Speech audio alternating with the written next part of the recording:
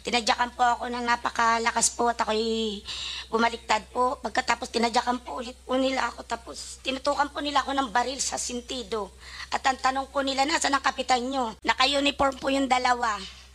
Naka-uniform ng? Pampulis po. Ito po ba yung paglalarawan ng katahimikan at kaayusan?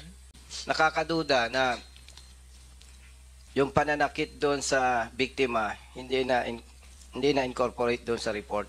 Nag-request ka ba or mayroon ka bang CCTV footage na nakuha? Wala po, Your Honor. Bakit? Natamaan po ng kidlat yung camera. Parang napakamalas naman na ang daming tatamaan ng kidlat yung pang CCTV nila, Mr. Chair. Please raise your right hand. Do you swear to tell the truth, the whole truth, and nothing but the truth in this inquiry? I do. Thank you. Please take your seat.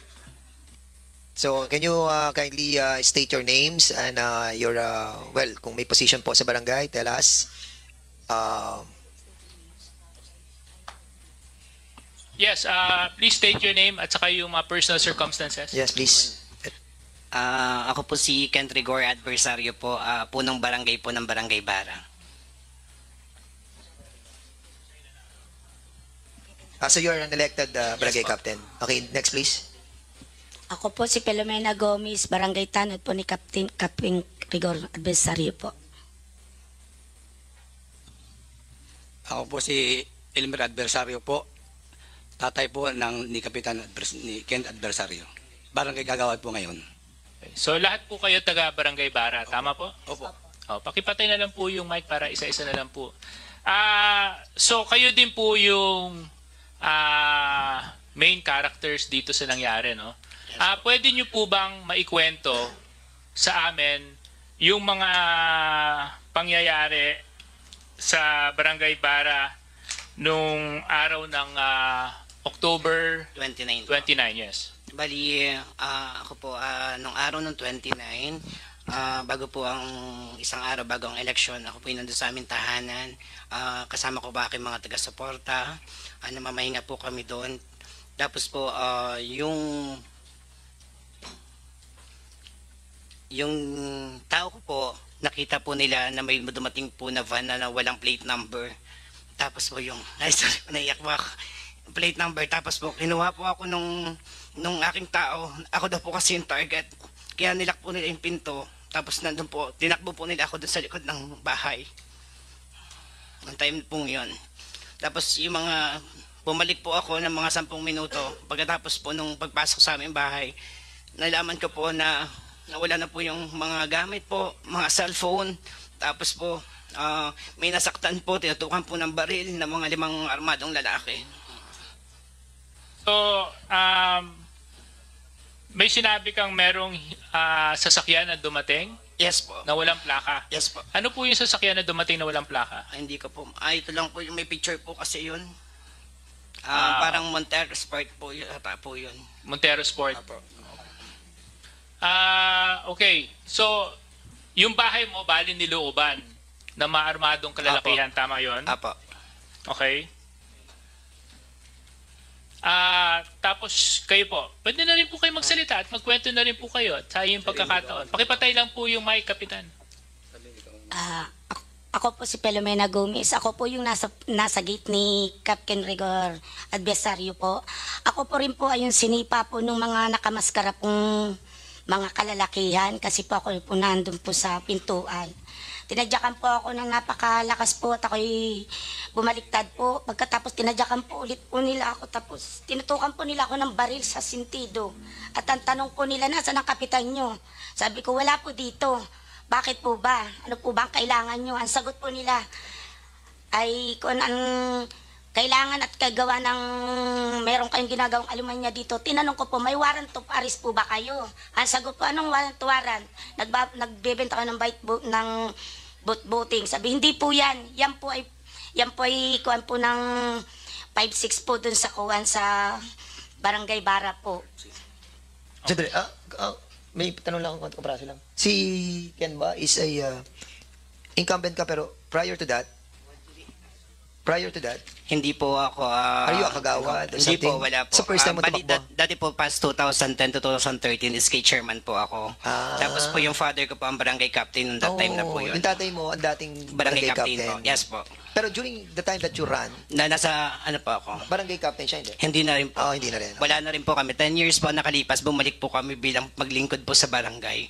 At nanalo ka? Yes po, pati po yung tatay ko first kagawad po. Ah, okay. Sige, go ahead. Okay. Nanay, may tanong ko lang, may nabanggit ka kasi na medyo na kuha yung attention ko. Nilooban, pinasok yung bahay, tinadyakan ka, Opo. sabi mo, ng mga kalalakihan. Opo. Yung mga lalaki, ano po, mamumukuhan mo niyo po ba sila? Hindi ko po sila mamukhaan po. Sir, gawa po sila yung nakamaskara. So ito yung mga nakamaskara at nakabonet. Opo. Okay. Pero- Kaso lang, tinanong mo kung may warrant po ba kayo? Opo. Bakit mo naman sila itatanong kung may warrant sila? Naka-uniform po yung dalawa. Naka-uniform ng Pampulis po. So ang sinasabi mo, may mga nakamaskara, may mga nakabonet, pumasok sa bahay, tinadyakan ka, tinutukan ka ng baril, Opo. at may naka-uniforming pulis. Opo. Kaya mo sila naitanong kung sila po ba ay may warrant. Opo. Okay. Aside sa so aside doon sa dalawa naka-uniforme, ilan ang pumasok sa loob ng bahay? Bali pa pumasok po sa bahay ni Cap Kim po ay 5 po. So yung tatlo, naka-civilian. Yung isa po nakasibilyan pero yung dalawa po naka-uniform po kulay blue na pulis at puti na nakapulis din po ang tatak. Ay, so yung dalawa, kasi dalawa naka-pulis, tapos isa naka-civilian, yung dalawa naka-ano? Puti po, white po, nakapulis ang pangalan.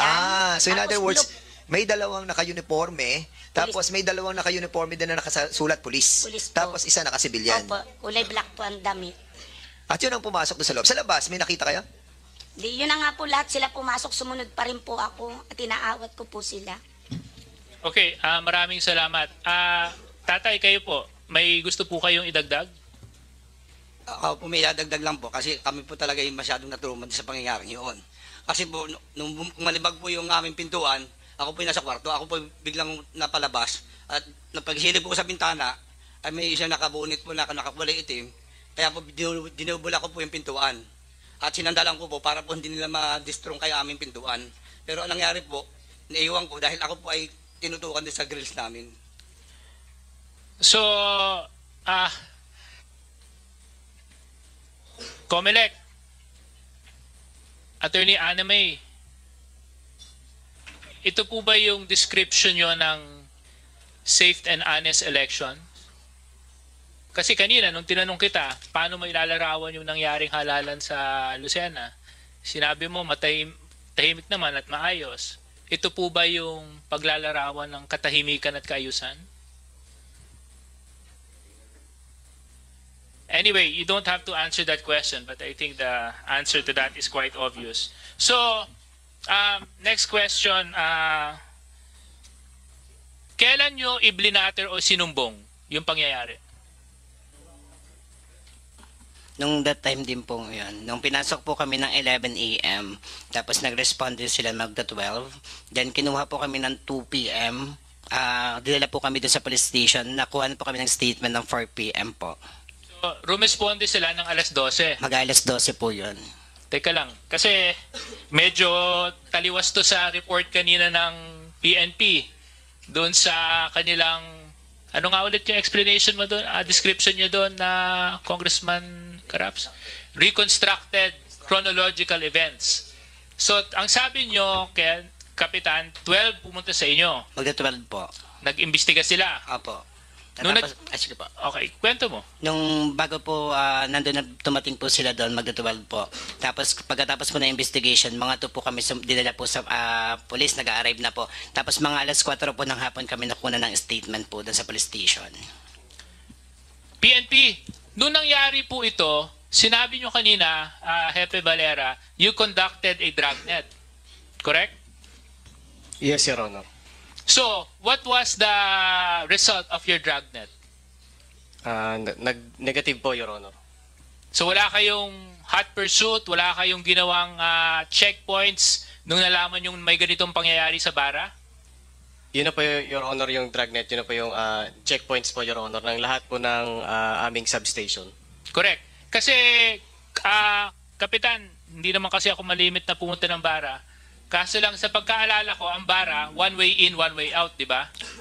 Yes po, yung doon po sa may Dalahican, pero may bago po pinapagawang kalsada po doon. Lalabas din po sa diversion, sa ecotourism po, Kota going to Dalahican, Santa Teresa po. So, hindi pa tapos yung kalsada na yun. So, Hindi pa rin po. So, one way in, one way out.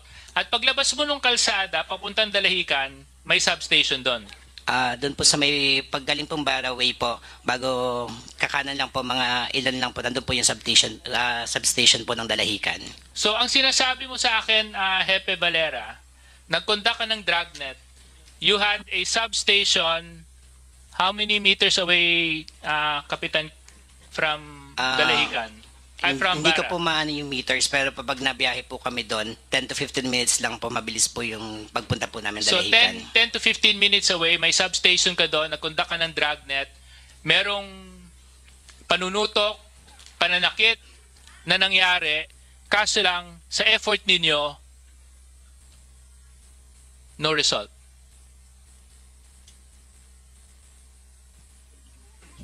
Yes, Your Honor. Sa result po ng dragnet operation po namin, Your Honor, ay wala po, sir. It turned out to be negative, sir. Yeah, let's also point out na sabi din po nung mga nasaktan na biktima, nanay, pagpaumanhin nyo na, na may mga naka-uniforming pulis na nakamaskara. Okay. So, iniisip ko hindi mo naman sila mamumukaan dahil nakamaskara sila. Meron din pong sinabi dito kanina, nung wala po kayo, na nag-deploy po ng pulis at Coast Guard sa Barangay Bara ng October 30. Kapitan Kent, kabisado mo yung Bara kasi kumakandidato kang kapitan. Yes pa. October 30, may nakita ka ng Coast Guard at pulis doon. October 30 po, bago mag-election na po, meron na po sila nakadeploy po doon ng police po, pati Coast Guard. Doon sa polling precinct. Yes po, doon po sa may gate, malapit po. But were there any police officers seen in Bara prior to October 30?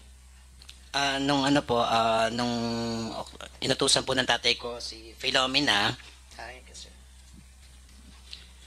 Nung pong 26 po, inutusan ko po si Philomena na pumunta po sa school at may nakarating po sa akin na may mga naka-uniforme na nagbabantay daw po dun sa school na mga naka-uniforme police. Kaya po pinapunta ko po ito. So, Ma'am Filomena, pakipatay lang po yung mic, Kapitan. So, Yes po. may nakita kayong mga pulis bago mag-atrenta. Opo. Sa loob po ng school at sa gate po. Doon sa school at gate. Opo. So, again, Mr. Chair, I just want to point out another incongruency sa testimonies. Ilan po yung nakita doon sa polling center? Yung pong Coast Guard. Ilan po nakita yung Coast Guard? 2 po. Ilang PNP po? Hindi ko po matukoy po sa loob kasi po sarado ang gate. Yun lang po nakita kong 2 po. Okay. So, Ma'am Filomena, unang-una, nagpapasalamat ako sa tapang at lakas ng loob mo para humarap dito. Alam kong naging traumatic para sa iyo yung nangyaring nakarang halalan. Ilan taon na po ba kayo, nanay? 55 po. 55. Imagine 55 years old na babae, tatadyakan. Saan po kayo natamaan nung kayo po ay tinadyakan? Sa likod po 2 beses, tapos sa dibdib po sumuka po ako ng dugo. Stroke po ako, sir. So, nung na-stroke po ba kayo at anong kayo po ay tinadyakan? Nagkaroon ba ng medical legal na ginawa? Hindi ko po alam. Wala pong nagkampo sa amin ng medical legal. PNP? Sir, negative po, sir, kasi hindi po nila, sir, nasabi, sir, yung nung time nung kinukunan po sila, sir, ng affidavits. So are you saying during your investigation, hindi sinabi ng mga biktima yung nangyari sa kanila? Hindi po sinabi, sir. May I ask, sir, the investigator on case, sir? Kasi siya po mismo, sir, ang gumawa, sir, ng statement, sir.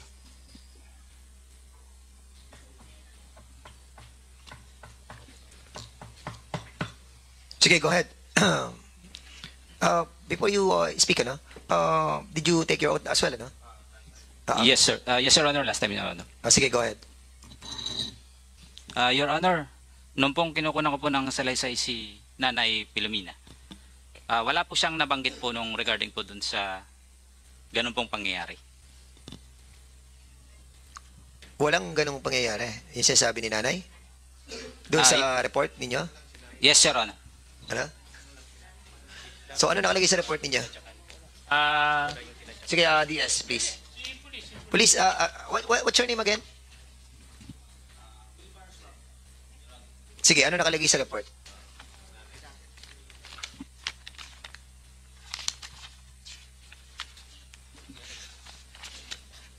Have you submitted that to this committee? Have you submitted all these documents?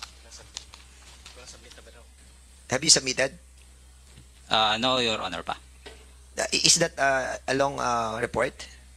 Yes, Your Honor. Affidavit po nung mga victim, then yung pong, witness po, sorry po. Witness at saka po ni complainant po. Oh, so nagpa-platter sila, binigyan mo sila ng copy? Meron po. Do you have a copy, nanay? Can you kindly give us the copy? And at the same time, you give us a copy as well? Yes, Your Honor. Ako, Chairman, hindi naman ako investigador, no? Kaso lang, I think it would be standard operating procedure by the police na pero kung merong ganitong report, ang unang itatanong, meron bang nasaktan sa inyo? Meron bang may tama po ba? May kailangan dalhin sa ospital? Siguro yun ang ilang sa mga itatanong. Kaso lang, medyo nakakagulat na base po sa report ng PNP, hindi pala naisalaysay yun. Tama po ba ako doon? Yes, Your Honor. Wala po dun sa salaysay po ni Nanay Pilomena po. Isn't it a standard operating procedure that, of course, that's a pagpasok sa bahay, di ba? Somehow, kasi sometimes you have to structure your questions, no? Sometimes sa structure ng questions mo, nadidetail mo yung lahat ng mga pangyayari. Yes, Diba? Your Honor. Excuse po. Basta po yung may victim po siya na nag-report, regardless of kung nasaktan po o hindi, talaga pong tinatanong kung nasaktan po siya, kailangan po ba niya ng medical Kaya nga, attention. tinanong mo siya. Yes, Your Honor. Oh, tinanong, ba't wala nasa affidavit? Wala. Wala po, Your Honor. Ba't di mo nilagay sa affidavit? Tinanong mo pala eh. Kung tinanong mo, dapat nilagay mo sa affidavit. And thereafter, tinanong mo siya kung okay siya. Tapos, di dapat, kung mayroong kailangang dalhin siya sa medical officer, ginampanan natin sana yun, di ba? Anyway, sige, Mr. Chair, go ahead, if I may. Congressman Busita. Ate Pilomena, yung po ba, during the investigation, naikwento po ba ninyo sa investigator yung pananakit sa'yo? Opo. Sinabi ko po yung pangyayari lahat. Mr. Chair, hindi ko natatanungin yung investigator, pero nakakaduda na yung pananakit doon sa biktima hindi na incorporate doon sa report. Madam Pilomena, paano po ninyo nasabing naka-uniforme ng pulis? Pamilyar po ba kayo sa uniforme ng pulis? Opo. Anong kulay po yung natatandaan ninyo? Kulay blue po. Blue. Opo. Yung pantalon o pang-itaas? Yung pong pampulis po talaga. Siyempre, Pangangkas po. natatakot ka nun at nakabonet yung sinasabi mong nanakit sa'yo. Nakatungo ka ba o papaano? Kara po ako kaya alam ko po. Kasi nung tinutukan po akong baril, siya po yung nakatutok sa akin. Napansin po ba ninyo yung sapatos nung sinasabi mong naka-uniforme ng pulis? Opo. Di po ba pwedeng... Ano po ang kulay ng sapatos? Black po. Ano pa ang napansin mo? Kuwan po yung baril po nila. May baril po Hindi, doon sa sila eh. sapatos niya, anong napansin mo? Bilog po yung sintas po. Pampulis po talaga. Pampulis talaga. Opo. Bakit mo nasabing pampulis talaga? Kasi nakakakita naman po kami sir ng ganun po eh. Di ba yung sapatos natin, sometimes, yung parang yung color niya medyo magaspang or makintab or makinis. Anong napansin mo? Yung makinta po yung sinashine po. Okay. Chief of Police. No, sorry. Investigator. After the incident, nagkanda kayo ng investigation, di ba? Yes, Your Honor. As investigator, doon ka lang ba nag-focus doon sa bahay nitong dating kandidato na ngayon ay si Kapitan Ken? Doon ka lang ba nag-focus doon sa bahay and immediate vicinity? Tama? No, Your Honor. Saan yung, ano yung extent ng ano mo, investigation as far as area is concerned? Yun nga po, from the place of incident po, nag-backtracking po kami kung saan po yung possible na dadaanan po nung sinasabi pong vehicle ng mga suspect po. Okay. During the investigation, nalaman mo ba kung mayroon o wala na CCTV yung bahay ni dating kandidato sa pagiging kapitan? May CCTV ba? Wala. Wala po, Your Honor. Doon sa ibang mga, siguro yung immediate establishment or kung hindi man, yung dadaanan ng sinasabing alleged sa Montero Sport, may CCTV ba? Wala. Meron po, Your Honor. Saan? More or less, ilang kilometers or how many meters yung distance dito doon sa bahay ni Kapitan Ken? May padadala ako sa pictures.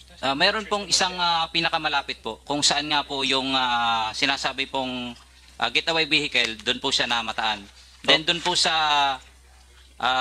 palabas na po siya, doon po sa dati pong kapitana ang yung pong CCTV camera. Dating kapitana.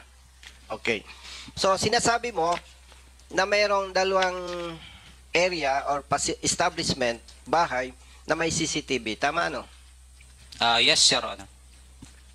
As investigator, nag-request ka ba or mayroon ka bang CCTV footage na nakuha? Wala po, Your Honor. Bakit? Anong nag-request po kami kay dun nga po sa current na kapitana kung saan po yung CCTV po. Ang banggit po nung kanyang yung pong sa peace in order, natamaan po ng kidlat yung camera. Pero sabi po namin, tingnan po namin kasi kasama po namin yung aming IT. Para po kung talaga, kung mayroon pong na-save na footage doon po sa, o na-capture yung pong CCTV. Mr. Chair, under oath ka, di ba? Yes, Your Honor. Mr. Chair, pwede po bang maimbitahan yung sinasabing kasama ba o kapamilya nung dating kapitana? Yung sabi na tinamaan ng kidlat yung CCTV. Kapamilya o ano ba niya? Ang pagkakalam ko po ay sa barangay po siya, empleyado po. Empleyado. So, kilala mo siya o mamumukaan mo? Mamumukhaan ko lang po at hindi po ako familiar sa bara, Your Honor. So, this time, hindi mo pa alam yung pangalan niya? Yes, Your Honor. At ang aming pong nagsugsug po ng aming mga CCTV camera, yung pong aming follow-up investigator po. Mr. Chair, pwede po bang maimbitahan yung sinasabi na investigator na empleyado man o kung sino siya na sinasabing tinamaan ng kidlat yung CCTV, Mr. Chair? Okay, so we need to identify that person. So the COMSEC will be directed to find out. Pero how many employees do you have in the, can you identify that person? Since you are the barangay captain already? Kung sino yung nagsabi ng ganun? Bali, nung time na nag-investiga po sila is hindi pa naman po ako nakapesto nun. Pero nung last time po, may copy naman po ako ng lahat po ng employees ng last na administration po. Can you kindly submit to this? Well, it's hard to find out kung sino doon unless that Yes, somebody po. will pinpoint Yes, po. on that person. So, at any rate, we will be doing our best to invite Yes, that Mr. person. Chair. And yun na rin pong investigator ang mag-identify and mag-submit sa committee kung sino po yung nagsabi. Na iminanifest ko po ito, Mr. Chair, then parang napakamalas naman na ang daming tatamaan ng kidlat yung pang CCTV nila, Mr. Chair. Ano po? At sinasabi na yung CCTV So, na yun. wait, Congressman Busita, this striking of that, Ay, sorry, when Mr. was Chair. this? When was this? October, ano yan? October 30, 29. Ano yan? October 29, October 30? Because we need to find out sa pag-asa that weather condition Chairman. during that time. We can find it out.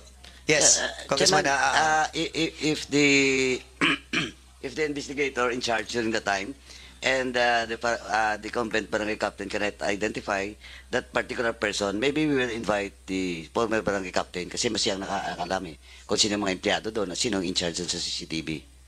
Yeah, Diba? okay. So, with that, Yeah, is that the motion?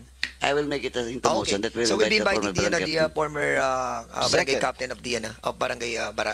No? Congressman Acop, with Yes. indulgence of Congressman Busita. Okay, second the motion. May I ask the investigator, is this an election offense or a criminal offense?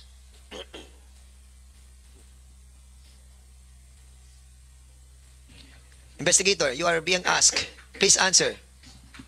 Criminal offense, Your Honor. And it is not an election offense. Yes, Your Honor. It is not an election offense. Are you aware of the election code of this country?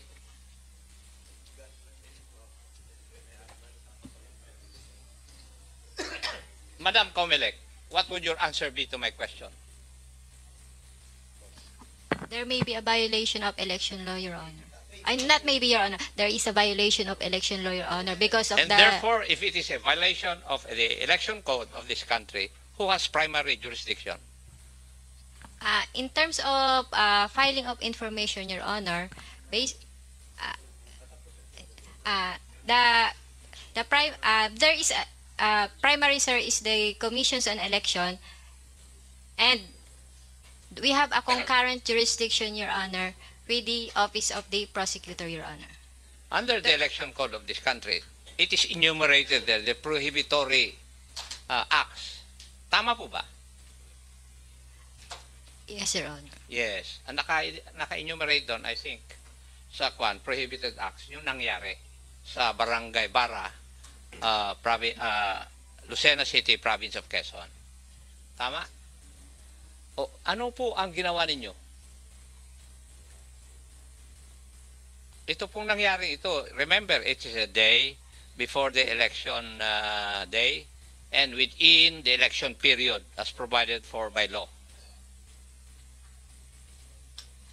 Sir, it was not reported as an election-related incident to us, Your Honor. Oo nga, kasi hindi alam ng pulis kung whether it's an election offense or a criminal offense. Di ba? Kaya nga siyang una kong tinagunong eh. Di ba? Kasi kung election offense ito, pwedeng kayo ang prosecutor eh. Di po ba? Yes, Your Honor. Oh, kayo ang pagpapailan ng kaso under the law. And you would have decided otherwise siguro kung sa inyo i-final. Alam mo ba yun, investigator?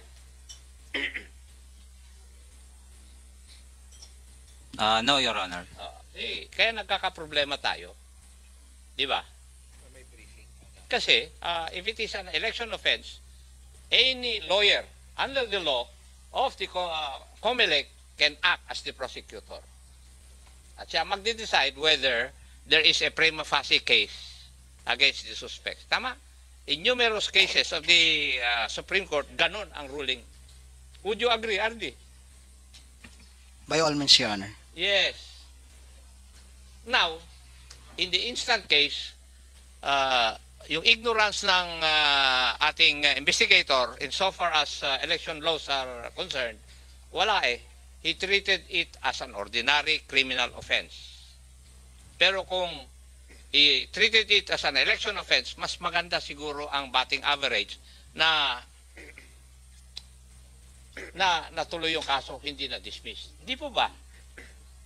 Yes. Kasi, under the law, kayo nga ang prosecutor eh. Tutulungan lang kayo ng, the law also allows yung Department of Justice na pwedeng mga prosecutor. The law allows that. Diba? Oh, pero itong nangyari, kaya nagkabuli-bulilyaso dahil yung investigator natin, he did not treat it as an election offense. He treated it as an ordinary criminal offense. Tama po ba, Comelec? Yes, Your Honor. Thank you, Mr. Chair. Umani naman ito ng iba't ibang reaksyon mula sa ating mga netizens. Ayon kay Joel Guerres, abusado talaga ang mga pulis ngayon, dapat dyan ay tinatanggal na para di pamarisan. Pahayag naman ni Lance Salonga, mga pulis ngayon baliktad na, mas marami na ang abusado kumpara sa matitino. Kaya ang masasabi ko lang, mag-ingat po tayo sa mga pulis dahil nakakatakot po sila. At ito naman ang saloobin mula sa ating kababayan na si Mercy Guinto, masyado nang nakakatakot ang mga pulis ngayon. Iilan na lang ang matitinong pulis pero sila pa yung naalis sa serbisyo o di kaya kinakawawa. Mga kababayan, feel free to comment below para maglabas ng saloobin sa balitang ito.